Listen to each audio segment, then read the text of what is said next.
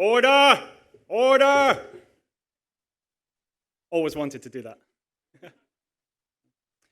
Welcome to the debate chamber here at the Global Education and Skills Forum. My name is John McDermott. I'm the public policy editor at the Economist magazine, and I've brought my own gown all the way from London. I've always wanted to find a reason to wear this, and now I have my time. Thank you for taking up your positions on the green benches of the House of Commons here in Dubai. It looks a little like the House of Commons here. I think they've done a great job. But unlike the House of Commons, this is going to be a debate full of wit and progress and intelligence. It's going to be a battle of ideas, a battle to the death. Okay, maybe not quite to the death, but I hope we will at least bring enlightenment. So this is how it's going to work. We will debate the motion, this House would ban low-cost private schools in the developing world. There are two speakers on each side, and each of them will have 7 minutes to make their case. So supporting the motion, we have Vandana Goyal, who's the CEO of Akanksha Foundation, an Indian nonprofit, and Angelo Gavrielatos, who is a project director at Education International, a federation of teaching unions. Opposing the motion on this side, we have Asif Saleh, senior director at BRAC, one of the largest development NGOs in the world, if not the biggest, according to its website. And Bobby Ghosh is editor-in-chief of the Hindustan Times. So we're going to go for the motion, against the motion, for the motion, against the motion. Then I'll open it up to the floor for some questions and comments. And following that, we'll hear some brief closing arguments. The whole debate will run for 60 minutes. You can tweet to your heart's content using the hashtag GESF. One final thing, though, just before we get started, we need to get a sense of what the opinion is now on the floor, and then we're going to, right at the end, get a sense of what the opinion is and whether these wonderful speakers have changed your mind or persuaded you or dissuaded you in any direction. So, if I can ask you to grab your small remote controls, and they look a little bit like this, except there's no Sky Sports. Okay, so you're going to have 10 seconds to vote once the green light is on. And can I just check which button is which? Okay, so A is for the motion. As a quick reminder, the motion is this House would ban low-cost private schools in the developing world. And B is presumably against. And C is undecided. Okay, so I'm waiting for the green light. Okay, 10 seconds. I like this music. They should have this in the House of Commons, maybe with a disco ball coming down beneath it. Oh, okay. So, quick scan of the results. So we've got 17% in favor of the motion, 54% against, and 29% undecided. So, at the end of this, we'll have a sense of how good the Scottish State School maths program was, because I'm going to have to calculate the net differences. But that gives you a sense of what the feeling in the room is at the moment. And without further ado, I think we should proceed to the debate. So, can I ask our first speaker, Vandana Goyal, to make the case for the motion? You have 7 minutes. We are failing millions of our children. Over 250 million children cannot read and write when they leave school. 65 million children are out of school. We urgently need quality and scale solutions, and the private system has not, and I would argue cannot, deliver. There are 2 points to this argument. The first is the scale argument. We hear the number 1 million schools. There are 1 million private schools, low-cost schools in the developing world today. However, 99.9% of these low-cost schools are single school operations, operating with limited resources, limited infrastructure, poor quality teachers, poor quality staff, with the inability to expand or to improve their quality. The two largest players in the system today are Bridge and Omega, at 435 schools respectively. The only few who have the financial, operating, and technical expertise to improve and to expand. When 99.9% of this private system does not have the resources to scale, one would argue, and the remaining 0.05% are only at 435 schools, one would argue that scale is not something that this private system can deliver tomorrow. When we look at the quality side of this argument, I'd like to make 3 points. One is that these schools are unaffordable for the poorest. They cannot afford the fees without welfare sacrifices at home, without loans, or without fee waivers. These lead to defaults on their fee payments and lead to dropouts from school.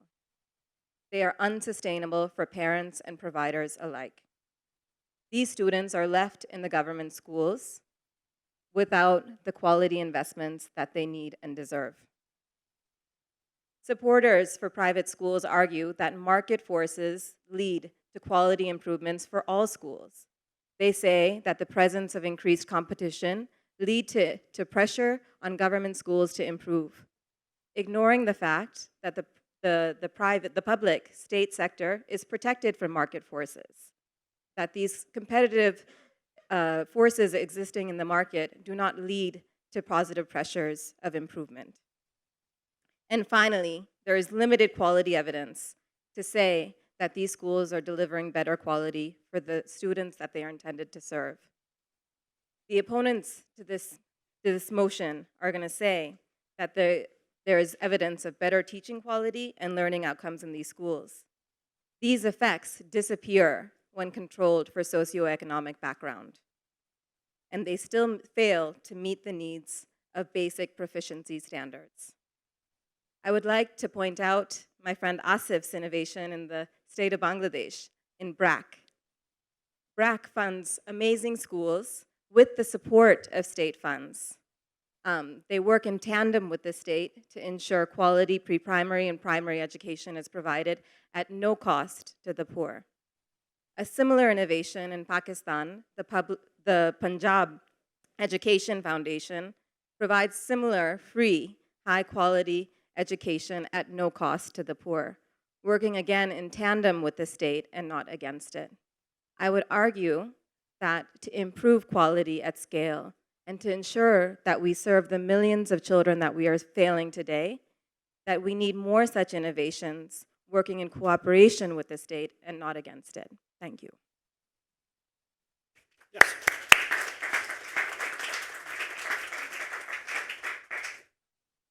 Asif, you're up. Honorable Speaker, friends and colleagues from the government and the opposition. A few days before coming here, I actually visited a few of our schools. We just introduced some fee-based schools as well in Bangladesh, apart from the free schools that we were running. And some of these free schools have been converted to fee-based schools for financial sustainability. One of the main reasons for me to go there was to ask the parents, like, why are they sending their kids to BRAC schools as opposed to free government schools that are very close by? The father was a rickshaw puller, the mother was a tailor, and not so well off family, but their answer was simple. Their answer was that if I send my kid to a government school, then I would need to have a private tutor at the same time, because there's nothing happens in that school. And I get to, I know my kids are learning more here, because at least I get to meet the teacher once every month. So that's a simple answer, kind of sums up why there has been a rise of the non-state actors in the education field throughout the world. Ladies and gentlemen, we are in crisis. There's a crisis of education in a massive proportion, and it's getting worse. So it boggles my mind to think that we are thinking of banning private players' role in this sector at a time when there is a dire need of innovation, as my opponent argued, and improvement in it. In reality, it should be the other way around. We should be embracing the role of not just the private, but all the non-state actors to help the governments around the world cope with this ever-growing crisis in education. So I will actually look at 3 points, honorable peers. These are access, quality, and cost effectiveness of private versus public.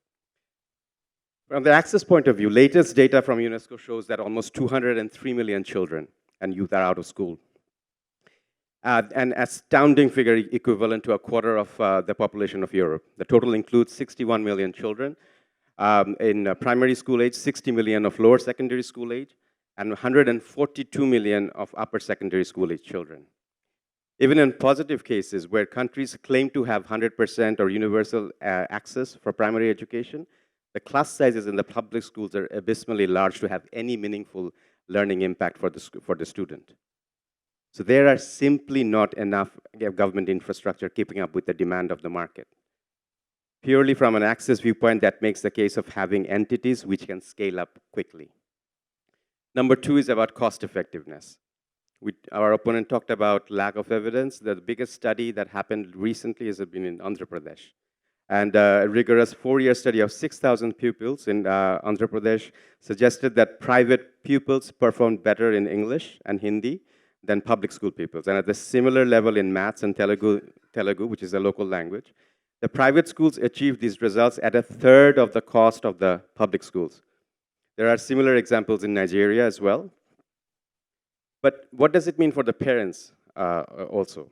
Government schools are not free to parents, unlike popular perception. Parents have to pay for uniforms, for books, for shoes, for transport, lunch, and so on, PTA fees, exam fees. Now, when you accurately calculate all these costs to send a child to a government school and all those costs to send a child to a private school, you get a very, very interesting result. Again, I can give you some research from West Africa, from the slums of Monrovia and Liberia. The research showed that the cost to a parent of sending a child to a government school was on average 75% of the cost of sending a child to one of these low-cost private schools. Yes, the private school is more expensive, but it's not cripplingly slow in terms of compared to the idea that the government schools are free and private schools are expensive. If you add the cost of the private tutors, like the parent I met, the private school actually becomes less expensive. Number 3 is the quality aspect. Education in most of the developing world remains quite shocking, actually. Half of the children in South Asia and 1/3 of those in Africa who complete 4 years of schooling cannot read properly. In India, 60% of 6 to 14-year-olds cannot read at the level of a child who has finished 2 years of schooling. In a survey of rural Indian schools, a quarter of the teachers were absent. In Africa, the World Bank found teacher absenteeism rate at 15 to 25%. Pakistan recently discovered that it had over 8,000 non-existent state schools, 17% of the total. Sierra Leone spotted 6,000 ghost teachers, nearly 1/5 of the number on this total state payroll. Thus, the failure of the state to provide children with a decent education is leading to a massive growth of the non-state actors. Among the non-sector schools, the various researchers show that in general, the quality is better. The schools are more innovative, and they hold their teachers accountable. And not just the students' performance, but also for their own attendance. In countries like Bangladesh, Pakistan, and Afghanistan, BRAC, for example, embraced non-formal education. And that's an innovation. And that approaches that train people who are available in the communities to teach. This has helped combat teacher absenteeism, and we have seen strong results from the students as well. BRAC students in its 30,000 schools have outperformed public school students by 10% or so in spite of finishing the 5-year curriculum in 4 years. It is true that quality varies in non-government schools, but there are many ways schools can be regulated to improve their quality. Let the parents make the choice with their purse, and the government can regulate through various assessments. Education should be a public good. The government's role is to ensure that all schools, both private and public, are held accountable, especially until government can deliver quality results. Until governments can ensure that, there will be a role for nonprofits and private institutions to fill the gaps. This is a good thing, as it creates competition and pushes everyone to improve as well. Paying for school increases accountability of the school as well to the parents.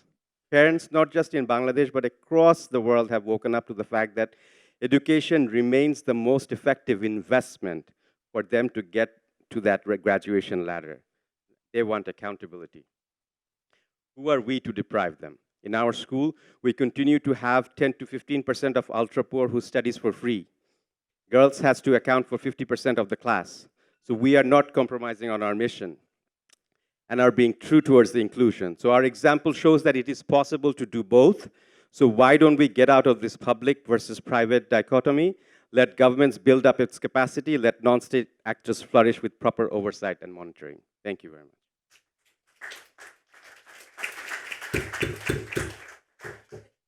Just checking you're awake. Our next speaker for the motion is Angelo Gavrielatos of Education International. Well, thank you very much, John, and can I acknowledge my debating partner and also those on the opposition for this debate and the participation debate, and importantly, can I acknowledge all of you for taking the time to come and listen to what we consider to be a very, very important public policy issue. I just want to start off by reflecting on some of the comments made. And our learned opposition described some of the challenges that we face with respect to quality public education. No one can deny those challenges. No one can deny them. And I suppose no one is as concerned about those challenges for the attainment of quality public education for all, which is a work in progress. No one is more concerned about that than teachers. Of course we want to improve education. And I can say to you, after some 30 years of experience in education and policy formulation, I've yet to meet a teacher who has any intention other than to improve the educational opportunities for children and build on what was achieved the previous day, and build again, and build again. We have some challenges. I also want to make this comment. All of us in here are involved in some way, shape or form in policy formulation and development. Some way, shape or form. And when we consider public policy formulation, development, implementation, we need to ask ourselves some very, very serious questions. But we also need to ask ourselves some simple questions. And that is, if it's not good enough for your own child, why would we suggest it's good enough for someone else's child? It's an important point. 15 months ago, something quite remarkable happened. It was the adoption of the Sustainable Development Goals in New York. Every government around the world, large organisations, endorsed the Sustainable Development Goals. Many large organisations, corporations, the World Bank and others became absolutely committed to it and founding partners of those Sustainable Development Goals. So what does the Sustainable Development Goal number 4 say to us? And I raise this because I think in making some assessments and judgments and in considering the proposition before us today, we need certain yardsticks, a measurement. Well, what better measurement than the measurement and the policy embraced by the international community? SDG 4 is very clear.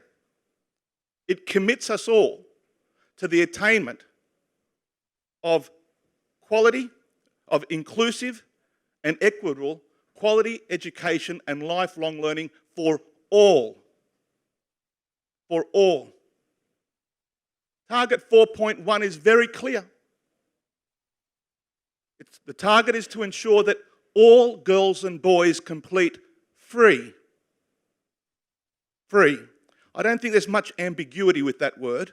I know some people want to translate it into affordable, but it says free. Complete free primary and secondary education. Target 4.C acknowledges the important role of qualified teachers in every classroom. Not for some children, not for our own children, but also our neighbours' children and our neighbours' neighbours' children. It acknowledges the importance of safe environments, school environments that are fit for purpose. It also acknowledges the importance of a broad curriculum, and was in the opening informative in terms of a broad curriculum to ensure global citizenship and contribute as citizens in this world to achieve a sustainable future. And of course, who can forget, and we should never omit the goal, about closing gender inequity and disparities with respect to the poorest and the most marginalised. I think they're a pretty good yardstick against which to judge the proposition that's before us today. But there's another set of propositions that need to be considered. And that is that all providers must operate with due regard for national laws. Due regard for national laws. No operator should be allowed to operate and deliver education without being registered to do so, licensed to do so. And of course, that licence and registration needs to be conditional upon meeting certain minimum criteria. The employment of qualified teachers. The delivery of a curriculum consistent with national standards. These are matters of national interest. And of course, delivering education in facilities that meet national standards as well. If your business plan is predicated upon the employment of unqualified teachers, high school graduates, reading word for word off a tablet, a highly scripted curriculum, which instructs you, and failure to follow that would result in you being sacked, dismissed, but reading a curriculum which instructs you, among other things, circulate in the classroom for 30 seconds. Rub the board. Pause. And to do so in facilities that a minister and ministerial officials described as chicken coops with hygiene standards, quote, and I'm quoting a minister here, that put the health and safety of children at risk and in danger. Under those circumstances, where those operators do not satisfy those minimum requirements that we would expect for our own children, well, clearly their registration, were they to have sought it in the first place, should be revoked.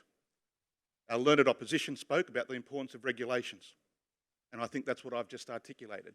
Certain minimum regulations. We call on all governments, all those governments that signed up to the United Nations Development Goals. You must fulfil your obligation through legal and financial means to ensure the attainment of SDG 4, quality, inclusive, equitable and quality education for all, including the targets, including target 4.1 of free education. Beyond that, we say of governments, beyond fulfilling your role as a provider, we say you must fulfil your role as a regulator. And that is to ensure minimum standards are met in order to provide a safety and guarantee, in order to fulfil your social contract with the children that you educate. Quality education for all children, not some children.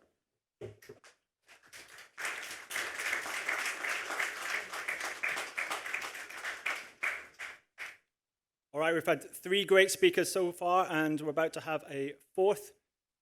Bobby Ghosh speaking against the motion. Contest the idea that this is a great speaker. I should also start by disassociating myself from the term learned opposition. I think with the possible exception of that young lady in the school uniform, the least educated person in this room, possibly the least educated person in this entire conference. I do care a lot about high school education, but that is because that is the only education I have ever received.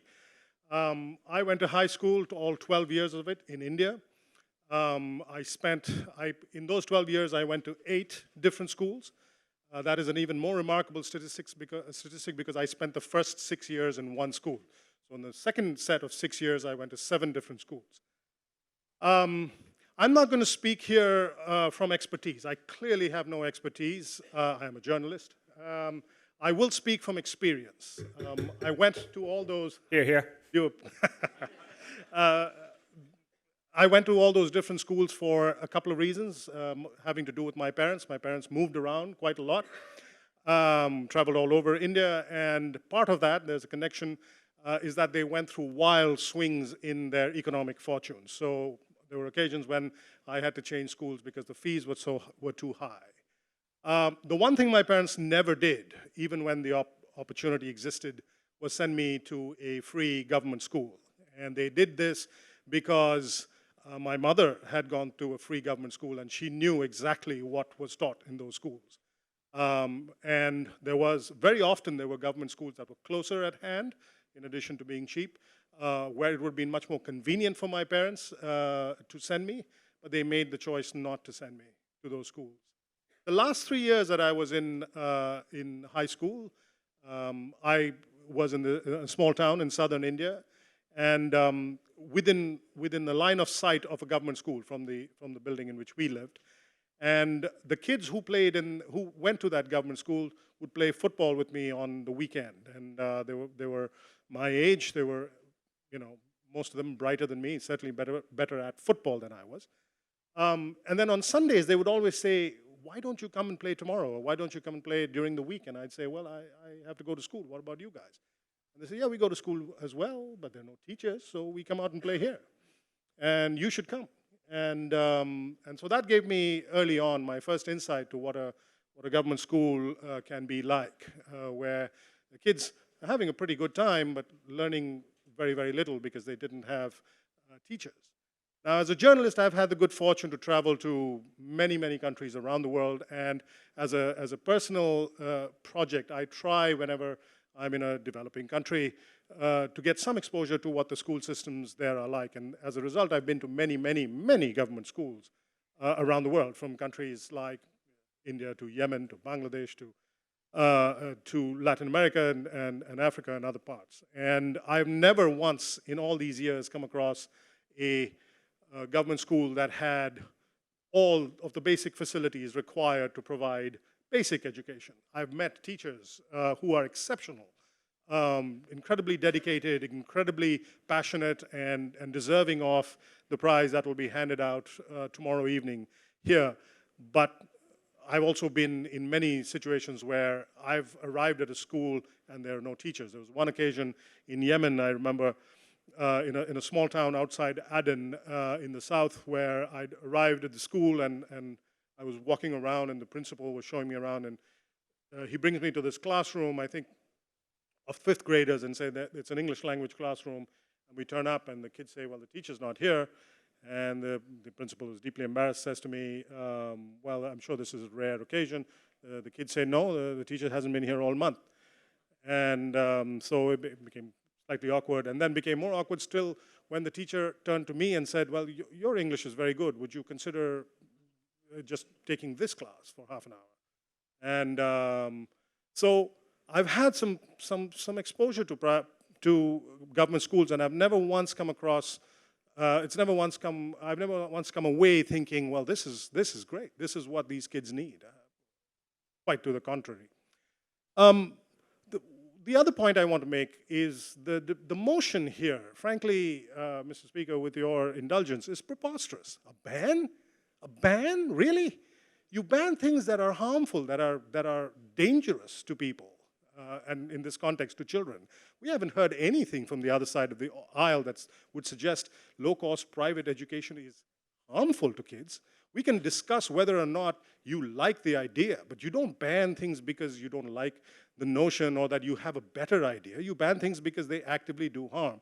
There is no case to be made that low-cost private education harms anybody. I think the scale, and both Vandana and Asif have graphically demonstrated the scale of the problem we face providing education to all our children in the world. Given that scale, we're going to need all of the above. We're going to need both government low-cost free education and held to standards that we can all accept, and you're going to need low-cost private education held to those possibly even higher standards because people are paying. If parents want it, if teachers want it, if children want it, then we shouldn't stand in the way. I don't think there's an argument to be made to ban low-cost private education. If you want to ban any kind of education, we should ban bad education, no matter where it comes from. That is my argument, ladies and gentlemen, and I leave it there. Thank you. Order in the House. We'll save the raucous applause for me later. Right, so we've had our fiery arguments both for and against the motion, and I'm about to hand it over to you, but I will, in Bobby's phrase, indulge my position as a speaker very briefly and just ask a question of each side. And to the proponents of the motion, I'm curious as to whether your support for a ban is based on principle or pragmatism. Vandana, you said that there was kind of little evidence that when you control for socioeconomic status, low-cost private schools are doing a better job. But then we hear from Asif that there is actually some evidence, or at least so he says. And I guess I'm curious, if you saw consistently better academic results for low-cost private schools, would that change your mind?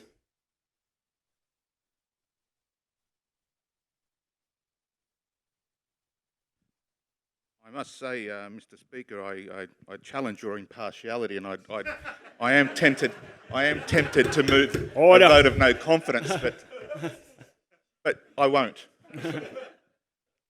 I don't. You said, is the suggestion of a ban based on, what was it, principle or pragmatism? No, the law. The law. And where operators show neglect and disregard for the law. Can you answer the question? Yes, I just did. The law. We are guided by legal systems and legal frameworks. I don't think anyone is suggesting in the House that we should be guided otherwise. And where states have legal frameworks, they should be enforced. And where they don't have strong legal frameworks, they should be strengthened in order to ensure that the state fulfills its obligations, both as a provider and a regulator. Where there are examples, and my learned speaker from the opposition said we didn't provide any examples. There are examples. In fact, it's regrettable that there are examples of operators operating in neglect and disregard for national laws, which in some instances have led to governments closing down operators. Closing down operators. So, Mr. Speaker, thank you for the, I assume that was seeking a point of clarification. The ban would be on the basis of a breach, disregard, neglect for the law, and legal frameworks and educational standards put in place to protect the child. For good reason, governments around the world compel children to go to school. For good reason. That brings with it a moral, legal, and financial, economic responsibility. To the opponents of the motion, I guess I'm curious whether you are in fact living up to the mission that you have for yourself, in the sense that there will, in many of the countries represented by people here today, be parents who simply cannot afford to send their children to low-cost private schools. And I know you make the point about additional fees and stuff, but these low-cost private schools also have additional fees for uniforms and class visits and the like. And there is a risk, is there not, that if you pull out support from middle classes in these countries for government schools, you do end up with them losing both democratic legitimacy and also quality. So what responsibility do you think low-cost private schools have for educating all children as opposed to just those with parents who can afford it?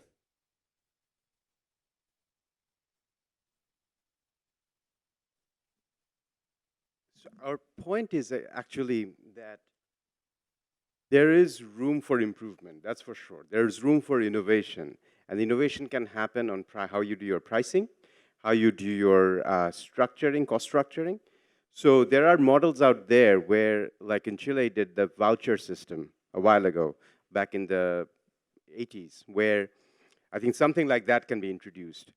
As I mentioned also in BRAC schools, 15% of the children who are bottom, ultra poor, they're still getting the free education, because there's absolutely, you're right, that there will be always a group who will not be able to afford low-cost education.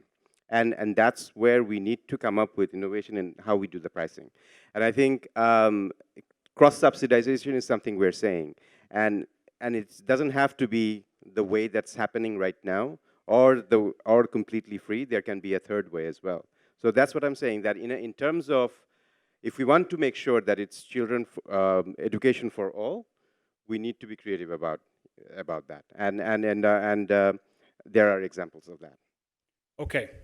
Well, I would like to now open it up into the front benches and the back benches for questions. Do we have somebody here with a mic that can spread it around? Let's start with this gentleman in the grey suit at the front. Matthew Goldie-Scott from Carfax Education.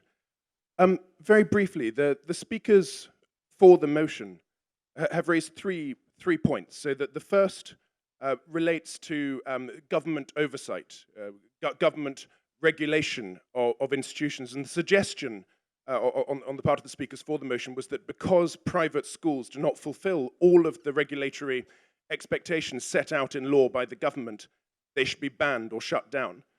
By that argument, where you have many government schools that are failing in terms of academic standards, failing in terms of quality, and failing in terms of safety for their children, do you believe those schools should be shut down or banned? Secondly, no, that's fine. That's fine. problem. We'll take one question. This gentleman on the front as well. Oh, no, we'll take some questions. Let me introduce myself. Nasser Milham from Saudi Arabia, Kingdom School. It is a private. It is a private school. If I take the knowledge, the information that we are talking about, country that the government school is good, very good for everybody. If we are talking about Finland or Swedish or what, that's, I could accept that the private school should be banned also, should be the lowest cost of private school should be banned. But I will give you an example of how Saudi Arabia. Can you give me a question as well, please? It is a question, but it's raised the difference between countries. In Saudi Arabia, where the average costs of the government school is higher than the private school, it is the opposite. So the government school, and while the outcome of the government school is less than the private school. So with developing innovation like a voucher system, without the parent paying anything, the government will pay. I'm sorry, sir, do you have a question? This is the question. Okay. Are we putting everything in one basket, or we are talking about different between country and country? Okay. And can we have one question maybe to this side of the house? This gentleman here in the suit. Hello, my name's Edward Harris. I'm working with Opportunity International, which provides microfinance to low-cost private schools around the world. And my question simply to the panelists is, how do they feel the debate on this has changed over the past 10 years? I'm just curious to know. It seems like the scale of the challenge means we have to become increasingly pragmatic. So I'm just curious to know how they feel the debate has changed on this over the past 10 years. Thank you. Okay, let's go back to our speakers. Picking up on Matthew's question, in effect, he's calling you hypocrites. You're saying that low-cost private schools should have to adhere to certain quality standards that, in fact, many government schools aren't meeting? So I actually feel that there should be greater accountability for all schools. So you said if they're delivering bad education, should they be shut down? I think the nuance here is that the state is responsible, and the SDGs say that we are responsible for providing a free primary education to all children.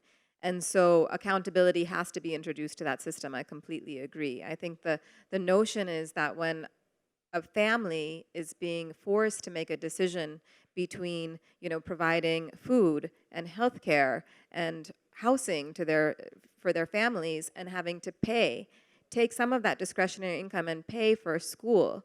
Why are we forcing poor families to do that? And why are we not instead investing in exactly what you said, which is how do you improve the quality of state schools? And I think that there's a lot of innovation happening in the state system through PPPs, like BRAC is doing in Bangladesh that I mentioned before, like in Pakistan with the Punjab Education Foundation. And I think that the funds are better invested there where the access is still free. And yet quality, yes, I agree, is totally paramount. And picking up on Edward's question, I mean, we've had low-cost private schools for decades now, and yet many of them have not perhaps fulfilled the promise that were spoken of them kind of 10, 15 years ago. And as Angelo has pointed out, some of them have broken laws, hired unqualified teachers. What gives you any faith that these will radically become better and the magic of the market will somehow work? Because they've been going for 20, 30 years, and with a few exceptions, you're neither getting the scale nor the quality, really, that many people hope for. I think there's two things that have changed. I mean, one thing on the supply side, there are now more bigger chain schools which are coming in the last 5 to 7 years. And that means they're more careful about their reputation. They're going to be more careful about what they teach. They're going to be held more accountable. There's some of them have been accused of breaking the law. Yes, and I think basically we're saying that if they're breaking the law, they should be regulated. They should be given warning, or they should be given shut down. But we're not calling for an outright ban. That's for sure. And the second point on the demand side, what's changing is the demand has gone up tremendously because a lot of countries are becoming urbanized, and their children are moving from farming to more jobs, and parents' aspiration has gone up. So governments are not being able to keep up with the demands that have gone up. So both sides changing has made this crisis a lot bigger than it actually is. And can I just follow up the question from the gentleman from Saudi Arabia, which is that there are often people working in this sector who are supporting things that they would not necessarily support at home. For example, for-profit schools. They are banned, for example, in the UK and some states in America. For example, don't. Yeah.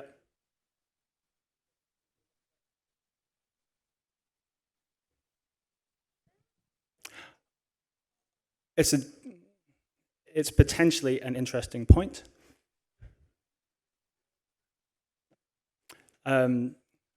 We could go into the UK education legislation, but I think we will not do that. The point being that there are certainly, there is a question about whether there are people working in this sector that are seeking to apply rules to countries' education systems that they would not apply to their own. And do we think that's an acceptable development?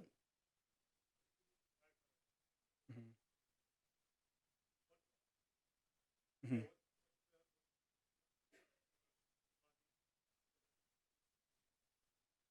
Mm-hmm. Let me rephrase it. What's the right way to ensure that, for example, chains that are based outside of the country in action are held accountable within the country in which they operate? I'm still not sure that I fully get it, but I don't think we are making the argument that there shouldn't be regulations or there shouldn't be laws, or that schools across the board, if they're found wanting, should be shut down. They absolutely should be. We're just against a totalitarian position that an entire category of education should be banned because there are some bad apples, or even indeed many bad apples. I don't think anybody, certainly my learned friends, have not made a persuasive argument that the whole category of low-cost private schools should be banned. I have absolutely no argument when we're talking in terms of schools that are failing their responsibility, whether it is in the grades that the kids are getting, what is being taught, the manner in which being taught. Schools that are found wanting should be shut down. I have no problem with that. Okay, well, I'm really, really sorry. Your questions will no doubt be much better than mine, but they will continue throughout the weekend. We need now to hear our closing statements from each side. Tradition would have it that we reverse order in the final section. So would the representative from the side opposing the motion please step forward? Okay.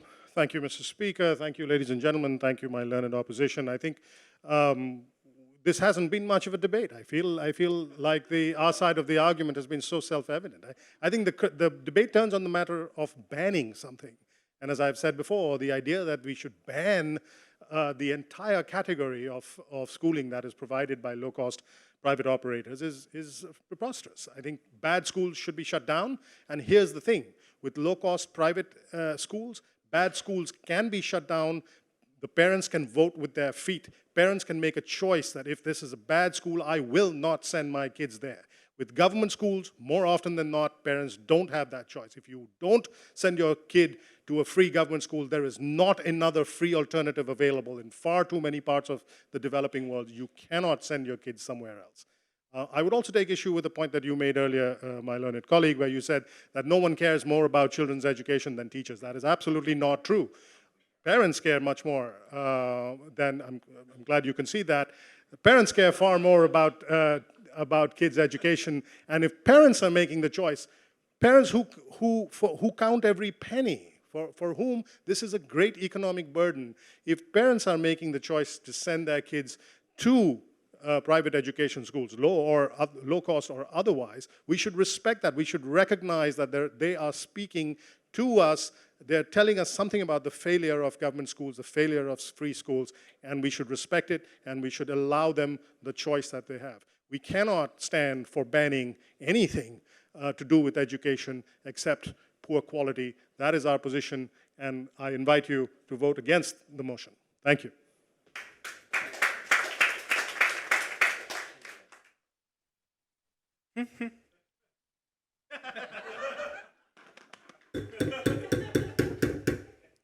There'll be no bromance in the court. Well, thank you very much. Not that there's anything wrong with that. Thank you very much to the opposition for agreeing with our proposition.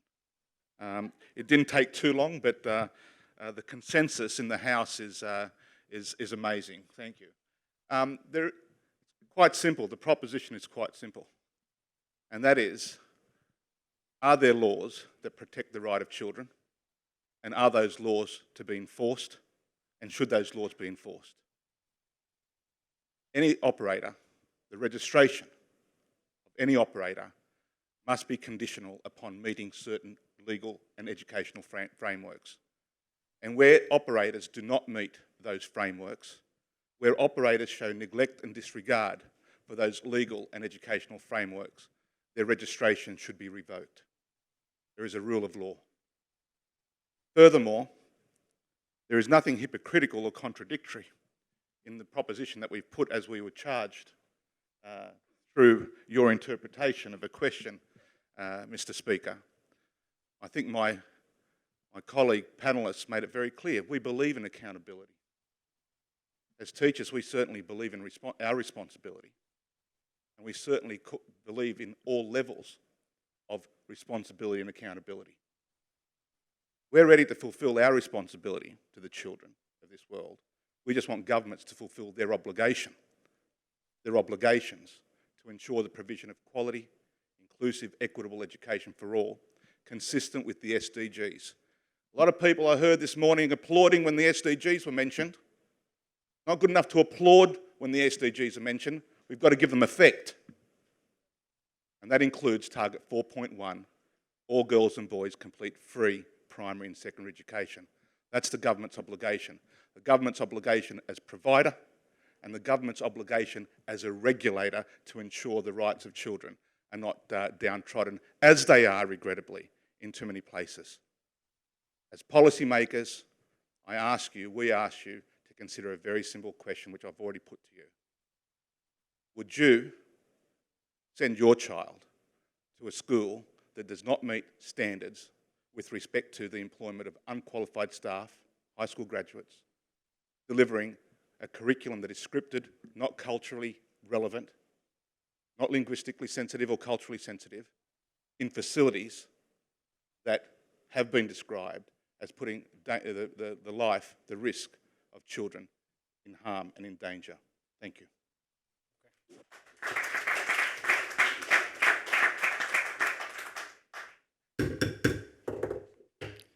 Okay, you've heard from both sides, and now we are going to see whether the arguments have swayed you in one direction or another. So please, if you will take with your hands these small remote controls, and we're going to repeat the same exercise that we had at the beginning. So just one last reminder of the motion. This phrase, this House would ban low-cost private schools in the developing world. And once again, it is A, if you support the motion, B, if you oppose the motion, and C, if you are undecided. This time, you will get an extra 5 seconds with which to mull over the extensive evidence that has been presented, both anecdotal and empirical, towards you. So, I think at some point the music will begin again. Here we go.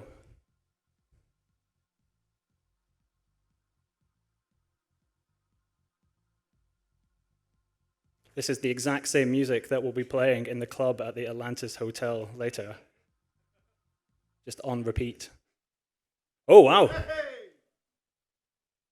So we have seen a, oh, look at this, look at this. So the final results are 18% for the motion. So you've picked up a percentage point, which I'm not even sure we have 100 people. So that is 69% against the motion and 12% remaining undecided. So given that there were originally 17% for, and 54% against, we've seen a decisive shift from the undecided towards the against. Yes, statisticians would talk about attritional bias at this point, wouldn't they? But unfortunately, I'm not here to do regression analyses. I'm here to decide a winner, and there may well be a conspiracy. I would start with the nature of the magazine that the chair works for, and then I would move on from there. But I think the bar charts don't lie, ultimately. And conspiracy or not, one line is bigger than another. So for all intents and purposes, the against side is declared the winner. But please may I have a round of applause for people from both sides. Great arguments. Thank you for being here.